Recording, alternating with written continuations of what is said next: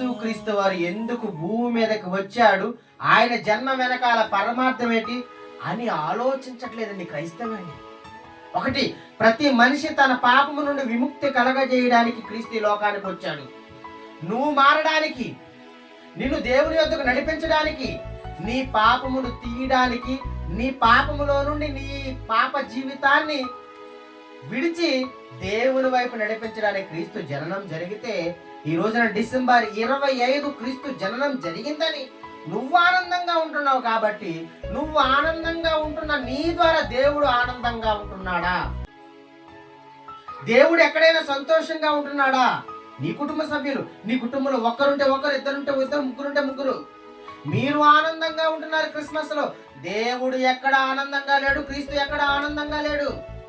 ఆయన క్రీస్తు జననం జరిగిందన్నది వాస్తవంగా దేవుడు రాయించాడే గాని ఆయన జననాన్ని నువ్వు జరిపించాలని పరిశుద్ధాత్మ దేవుడు మత్తయ్య గారి ద్వారా రాయించలేదు. మత్తయ్య గారి రాయించలేదు, యోహాను గారి ద్వారా రాయించలేదు.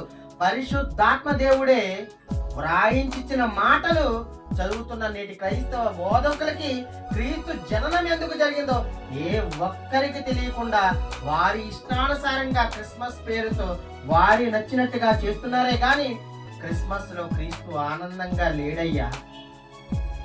యేసుక్రీస్తు జననం కేవలం జరగడానికి, నిన్ను తన యొద్దకు నడిపించడానికి, తన మాటలు స్వీకరించి ఆయన వలె మంచివాడిగా, యథార్థవంతుడిగా, పాపము లేనివాడిగా, క్షమాగుణం కలిగిన వాడిగా, నిన్ను వల్ల నీ పొరుగు వాడిని ప్రేమించు, శత్రువుని ప్రేమించు, సహాయకుడిగా ఉండవాలని ఎన్నో మంచి విషయాలు చెప్పి ప్రపంచాన్ని తన ప్రేమ చేత అందరిని ప్రేమించి తన యొద్దకు నడిపించిన క్రీస్తు మాటలను తీసివేసి ఆచారంగా, ఈ రోజున ఆచారంగా మార్చేశారండి క్రైస్తవ్యాన్ని.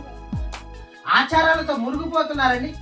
క్రీస్తు విప్లవాన్ని నేటి క్రైస్తవులు ఏం చేస్తున్నారంటే ఆయనకు విరోధంగా భగ్నం కల్పిస్తున్నారండి, దేవునికి బాధ కలిగిస్తున్నారండి.